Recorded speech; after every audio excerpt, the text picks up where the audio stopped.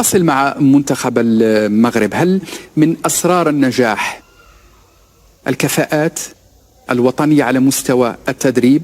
النموذج في هذه الفئة نبيل باها، وقد منح المغرب اللقب الأفريقي الأول في تاريخه في فئة الناشئين.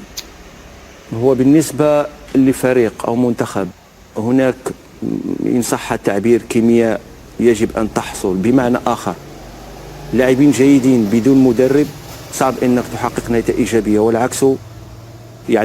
والعكس بالعكس، يعني حتى إذا كان هناك مدرب جيد.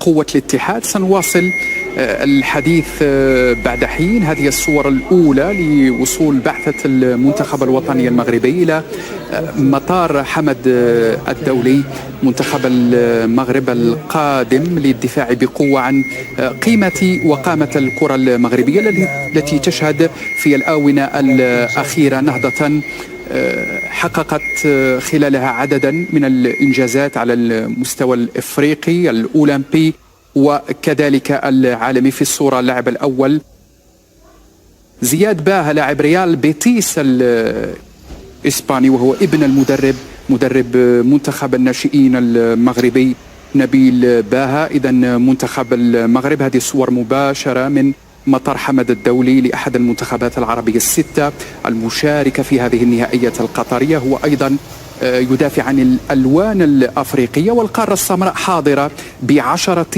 منتخبات في نهائيات قطر 2025.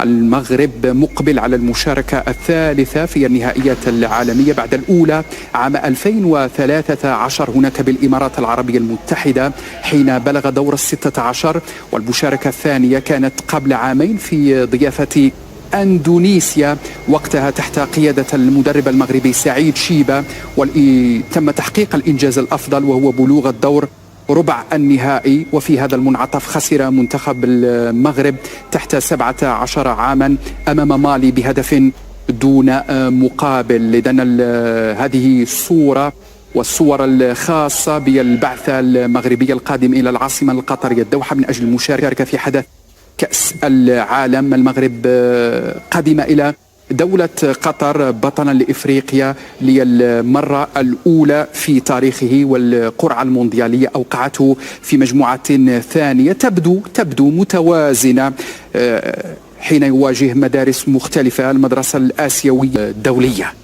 صحيح، والأجمل صراحة على أن الإعلام العالمي يركز على منتخب المغرب بشكل كبير مقارنة بالإنجازات التي تم تحقيقها والتي تحققت، والأكيد بأن هذا لا يزيد إلى فخر لهذا المنتخب ولهؤلاء يعني اللاعبين الواعدين لتمثيل منتخبهم، وهم الموجودين هنا بقطر في هذه المسابقة ليس فقط للمشاركة أو لتقديم أداء مشرف، بل للتنافس على اللقب، ونتمنى لهم التوفيق إن شاء الله. نعم، النجوم، يعني هذا المنتخب يضم عددا من الأسماء الواعدة، نقول أسماء واعدة وإن توجت باللقب الإفريقي لعامل السن، ولأننا ننتظر منهم الكثير في المنتخب الشباب الأولمبي ثم منتخب الكبار. الحديث بداية على عبد الله وزان، هذا الاسم الذي سطع بقوة في النهائيات القارية الشهر إبريل الماضي في ضيافة مدينة المحمدية المغربية.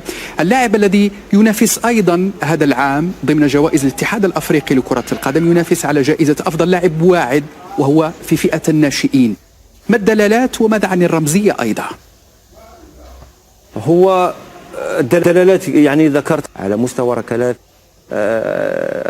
ثابتة، لا ننسى بأنه سجل تقريبا كرة أو كرتين بهذه المسابقة بطريقة جيدة وبطريقة ممتازة، وليس بالشيء الهين على أنه في هذا العمر بالذات أنك تتعامل بشكل جيد مع الكرات الثابتة كما يفعل عبد الله وزان.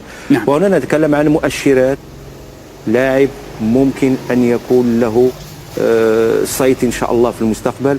ودائما ما أنا أركز على نقطة مهمة، هي صحيح الألقاب مهمة بالنسبة لهذه الفئة لتحفيزهم، لكن الأهم كذلك بالنسبة لي مدى استفادتنا من هؤلاء اللاعبين على مستوى منتخب الكبار. وفي رأيي الشخصي يجب التركيز على هذه النقطة.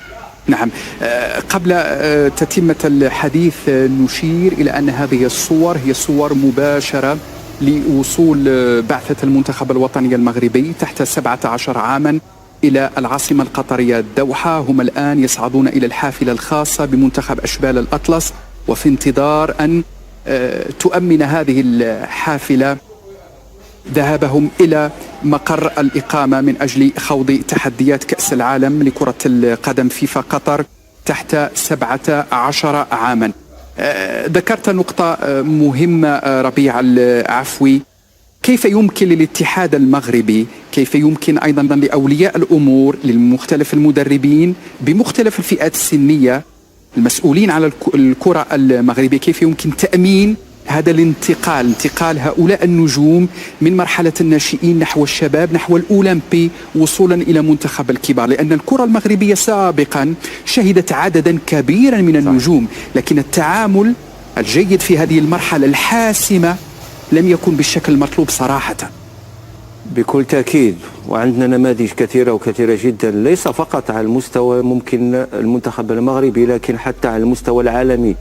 هناك بعض اللاعبين الذين نجحوا في أن يظفرون بأفضل لاعب على مستوى مسابقة كأس العالم، سواء كانت على مستوى هذه الفئة والفئات الأقل من 20 سنة، لكن لم نسمع عنهم بعد ممكن هذا التتويج. وبالتالي في رأيي الشخصي يجب أن يكون هناك أولا متابعة هؤلاء اللاعبين، كذلك تأطيرهم، كذلك المساعدة على القيام بالخيارات. نعم، في رأيي الشخصي 3 نقاط فهي مهمة، لأن اليوم هناك بعض الخيارات في رأيي الشخصي التي لا ممكن تتماشى مع طموحات اللاعب، وبالتالي ممكن يبصم على مسيرة غير موفقة، وبالتالي يتراجع مستواه ويختفي. ولهذا في رأيي الشخصي كذلك هنا دور الاتحاد المغربي، دور كذلك أولياء وآباء الأمور، أولياء الأمور عفوا للاعبين، وكذلك حسن الاختيار، بمعنى آخر أن الأناس أو الناس المتخصصين في مسألة أنهم يساعدون اللاعب في الاختيار يجب تنقيتهم بشكل جيد وذكي. تحدثنا على عبد الله وزان، ماذا عن زياد باها؟ وزياد باها في رأيي الشخصي أعتقد من أفضل اللاعب، أنه ساهم بشكل كبير في أن المنتخب المغربي يفوز في هذا اللقب. نعم. عنده جميع المؤهلات إن شاء الله، لما لا أنه يكون لاعب جيد على مستوى هذا المركز. نعم، تحدثنا على اللاعبين الذين تلقوا تكوينهم في الديار الأوروبية في أندية عريقة هناك بالقارة العجوز. ماذا عمن تكونوا هناك في قلب المملكة المغربية؟ المثال والنموذج الحارس الذي أسهم بقوة في تتويج المغرب باللقب الأفريقي، شعيب بلعروش. صحيح، أثار انتباه العديد من المنقبين، من المحللين والفاعلين الرياضيين الذين كانوا متواجدين بالمغرب في وقت من الأوقات. لكي تفوز باللقب، وهذه قاعدة في كرة القدم، يجب أن يكون لديك حارس حاسم، وهذا ما حدث في تشيلي أيضا مع منتخب الشباب، مع منتخب الشباب، وهذا ما حصل وما كان من خلال البطولة التي كانت بالمغرب قبل شهور. بلعروش صراحة كان حاسم، قام بمباريات جيدة، تصدى للعديد من المحاولات في ممكن توقيت جيد، خلى على أن المنتخب المغربي لا يكون متأخر. وبالتالي الأكيد بأن هذا الاسم يقترن مرة أخرى